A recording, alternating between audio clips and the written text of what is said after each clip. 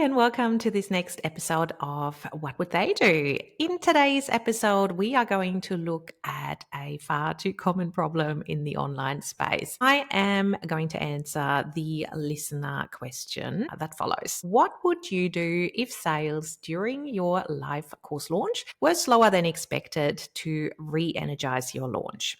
And just up front here, for the purposes of this episode, I'm assuming that we are dealing with a proven offer that is designed for a very specific audience and has successfully sold as part of a live launch before, because otherwise we were going to look at a whole different set of questions and potential obstacles. So slow sales in the middle of your live launch are common to begin with. What we would be worried about if your course sales would be much lower than usual. And this mid-launch slump, that is also common if it really doesn't follow this usual mid-launch slump that you are experiencing. So in this episode, I am going to break down some real-time strategies that I would use in my live launches to begin with diagnose the issue, because that's super important. Then to re-engage my audience and ultimately boost conversions and get those sales up to where I want them to be without feeling desperate or salesy, because that's just not me. So everything we're going to look at is going to be data driven. It's going to feel good and natural, and it's going to be in line with a customer experience that feels anything but pushy and forced. So let's have a look though why that sales slump in the middle of your launch might happen. So there could be a general messaging disconnect here. And with messaging disconnect, I mean that somehow the transformation and the urgency to take action right now as part of this live launch is simply not clear enough. And that could go back to that it simply has been too long since you had firsthand conversations with your students, and that your messaging and the way you are presenting your course hasn't kept up with the shifting times. So even though your course might have been successfully sold before, it's a proven offer, our environment and society constantly shift, especially, at the moment we're looking at tough financial times, high interest rates, high hesitation when it comes to investing in particularly high ticket offers.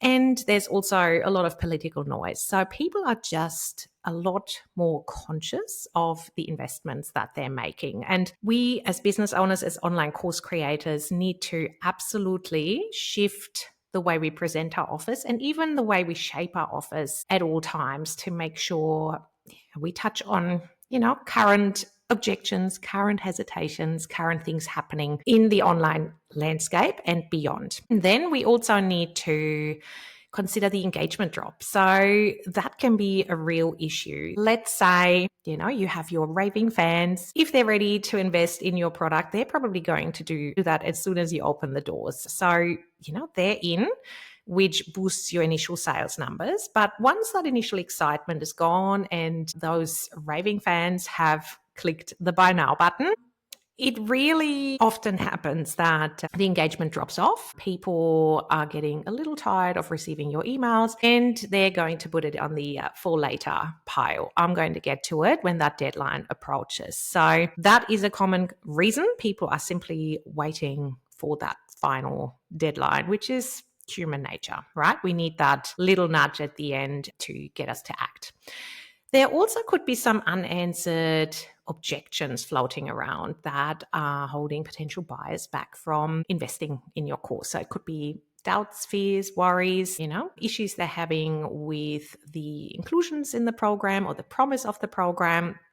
And if you're not addressing those, people are simply going to stop engaging with your launch because they can't put those doubts to bed. And there also is lack of momentum. People, by nature, as I said, wait to the last minute to decide whether they're going to join and invest. And they really need a reason to take action, which often happens at the end with last minute bonuses to get people to take action and join. The good thing is, if your launch is slower than usual, in the middle of your launch, once that initial excitement has gone, it doesn't mean that it has to be a failure. Your audience simply needs a better experience along the way and more intentional touch points to help them get the confidence to say yes. And we're going to explore some of those today. We're going to look at how tweaks to your customer experience and that buying process can really revive a slow course launch and get it back on track. So personally, I always start with the data because we can guess, we can assume, and that's not going to help us at all, right? So I am going to look at the data, first-hand insights, hard data to tell me where people are dropping off in the sales process.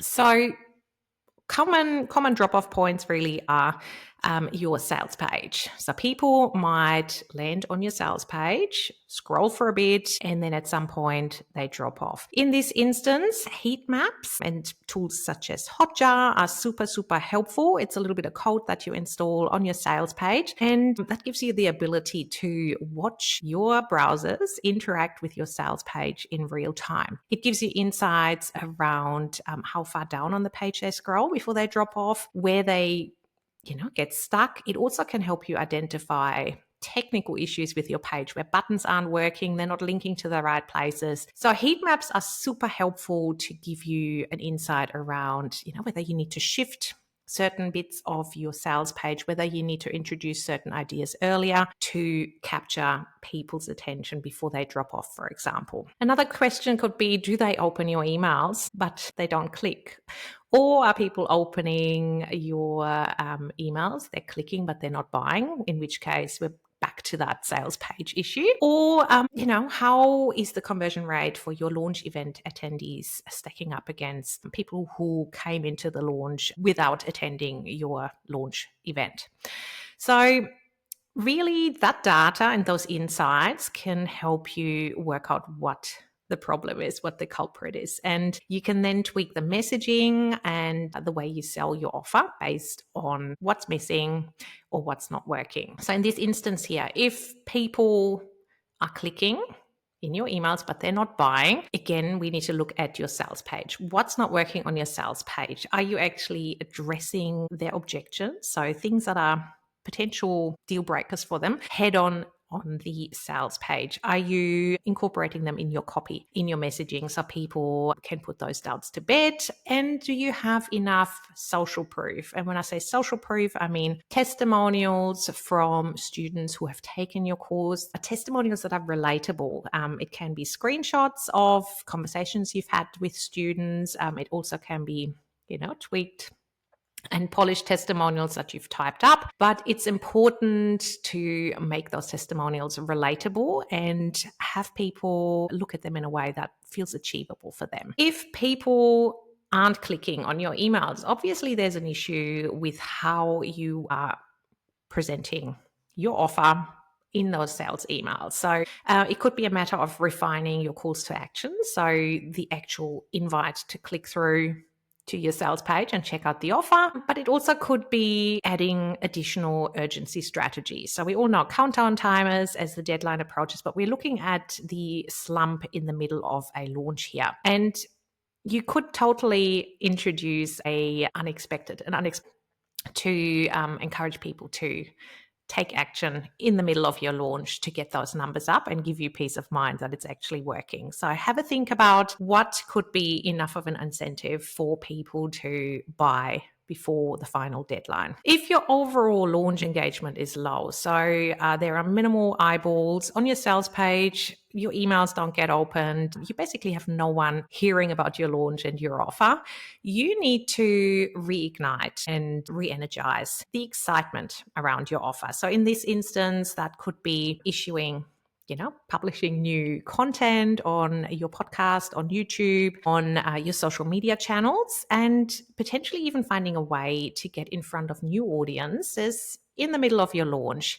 You could do that creatively by partnering with affiliates, for example, and seeing whether anyone is happy for you to do an Instagram live for questions to be answered to organically talk about your offer and that you're currently opening doors. People can join. So there are lots of opportunities here, but if there is a lack of engagement, that obviously means you don't have the numbers you need to reach your launch goals. So adding new fresh eyeballs into your launch process, even in the middle of your launch, might just be what's going to get you to those targets that you've set yourself for the launch. You can also absolutely leverage case studies and social proof and results your students have seen at this part of your launch. So customer experience driven storytelling really is a great way to re-engage hesitant buyers. So buyers who like your course, they're totally curious, but they need a little more trust to be ready to invest. So you can be totally sneaky here and consider email takeovers from past students. So where you invite past students to share their firsthand experience in one of your sales emails, for example. So they write your sales email for you and basically present your audience with a case study of their course experience. Where were they before taking the course? What made them join? What were the results they got from the course? And why do they think it's beneficial for you to join the course? So that's a great little strategy here because you're not selling your course. Your students are actually selling your course for you. You can also go live with past students, as I mentioned, on Instagram, in your Facebook community, if you have one, in all the right places, and get them to talk about their transformation. Again, nothing is more trustworthy than a past student who shares their experience. What I would pay attention to, though, is, again, don't just focus on your star students who smashed the goals and the results they got from the course. You want to also invite people who got amazing results, but results that are achievable for the average student in your community, because we all know we're starting from different baselines, and sharing stories that started from a relatable baseline are much more trustworthy, relatable, and feel like I could do the same. Right? You can also leverage your student results and even students who are currently joining during your live launch to create genuine, gentle FOMO, fear of missing out, because people want to be in the same room as them. So I'm a huge fan of having intake surveys. So as soon as a student joins your course, you get their feedback on why they joined, what they're hoping to achieve, and what their goals are, basically. So it doesn't have to be many questions, but this insight is great because you can share it in your sales email in the middle of your live launch and invite people to rub shoulders with people they're looking up to potentially. And if they have any doubt around, whether this course is for me, I'm not sure I'm cut out for it, sharing a broad range of people who have joined your course with their motivations will likely touch on the motivation of those students out there who are still sitting on the fence. And they're going to think, well, if those people have already joined and are already tapping into all the course content, they're already learning, I can do the same. And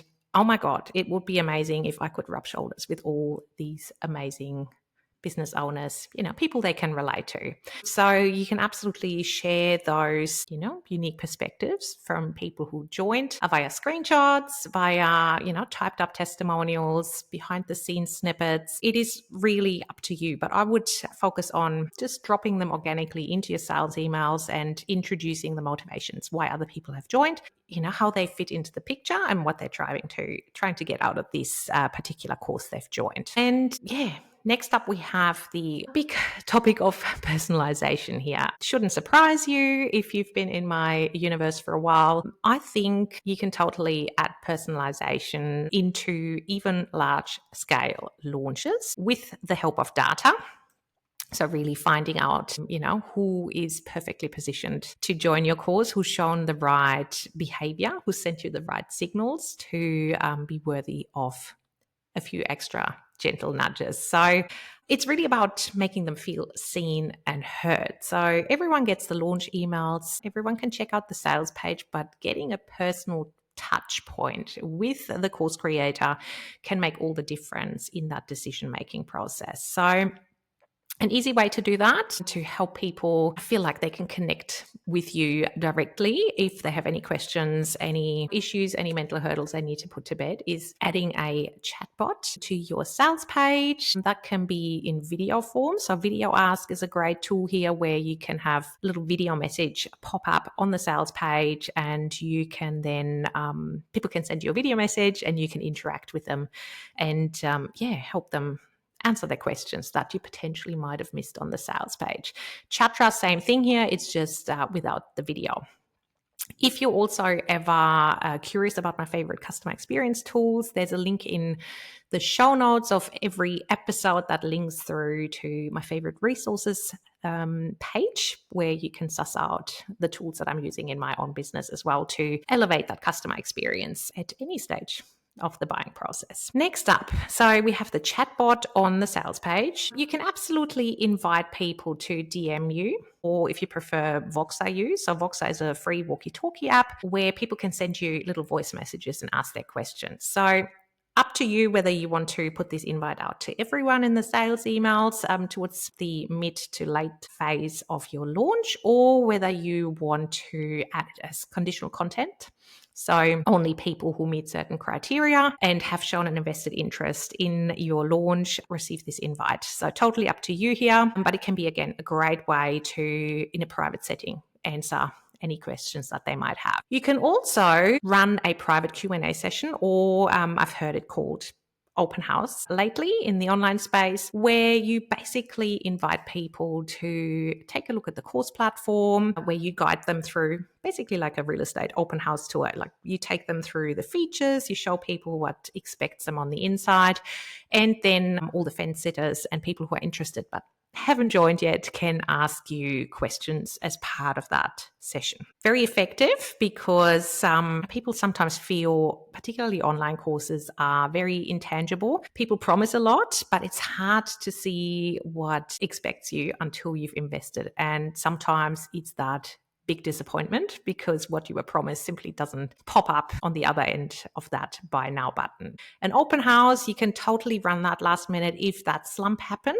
It's as easy as sending out a Zoom link, inviting people at a certain time to join you, and you just show them the learning portal and talk them through all the features. Next one is my favorite, sending personal video messages to engaged but hesitant prospects. So again, use your email metrics here to work out who that is. Up to you how you set those metrics, whether it's, people who have clicked through to the sales page a certain number of times, people who have, engaged with your content enough for you to know they're definitely on the fence, they're definitely curious, they just need a little more. So personal video messages via Bonjoro, which is my favorite tool that I use, can make all the difference. And if you use it in the mid phase of your launch, so that mid-launch slump, it can again give people enough time and enough interaction with you to feel confident about joining your course before that final deadline comes rolling around. And my last point I want to touch on, because it's so often forgotten, it's really making sure that you simplify the process and reduce any friction that is in the checkout process. And we can so often forget that things can break during a launch, and we might not even know about it. So make sure you double check that your checkout page is working, that you can actually process the payment, that it gives you all the payment options, that the buttons on your sales page link through to the checkout page.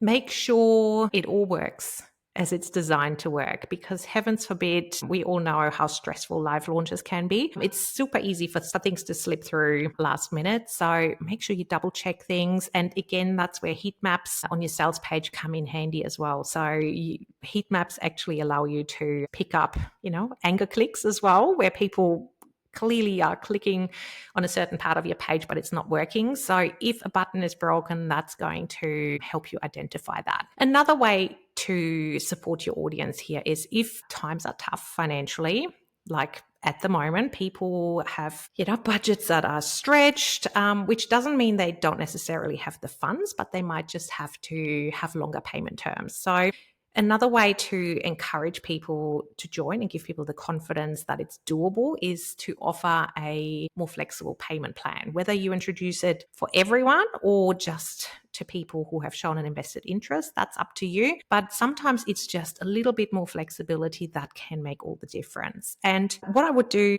definitely as part of your launch process, particularly if you offer a very generous refund policy or refund guarantee, satisfaction guarantee, is remind them of this guarantee. It's there for a reason, and be crystal clear on how they can, get their money back in case it is simply not what they expected. So drop the email that they have to email to get their money back. There's nothing worse than joining a program and then you have no way of actually working out what it takes to get your money back. Let's hope your course is actually what it promises, so you don't have to worry about it, but people are hesitant, and reminding them of that refund guarantee with all the steps they need to take to get their money back just in case, again, can just be the final push they need to go, okay, I'm going to join because I'm pretty sure it's what I want, but if not, there is this fallback. So if you are currently live launching, or if you are planning your next live launch, here's a great little action step list for you that I would love you to walk away with. So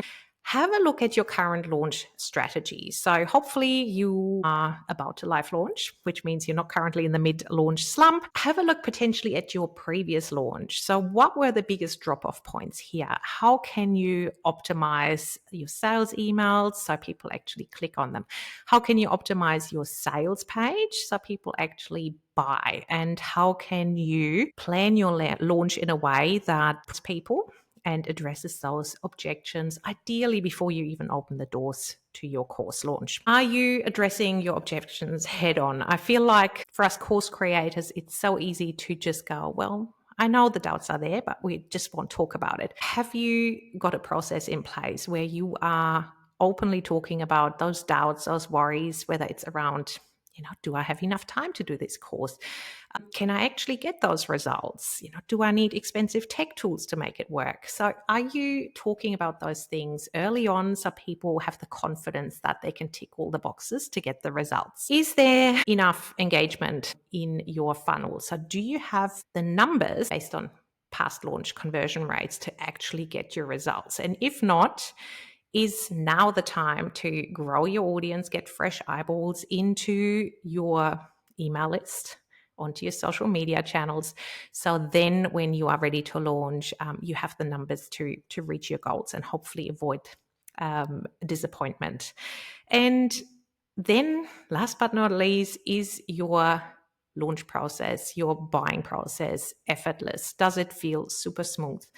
And how can you infuse some more personal touch points along the way, particularly for those people who have shown an invested interest in what you are offering and selling. So if you love today's episode, if you go, I wish Nadine or one of our guest experts could answer this little headache for me, then you can submit your own customer experience headaches or obstacles via the link in the show notes, either anonymously, or you can drop your name and business in there too for a little shout out in the episode. And if you enjoyed this episode, I would love you to subscribe, leave a review, follow in all the places, and share it with your people so they can also enjoy this interactive podcast format and create a remarkable customer experience before, during, and after the purchase. Thanks so much for tuning in, and I'll see you next time.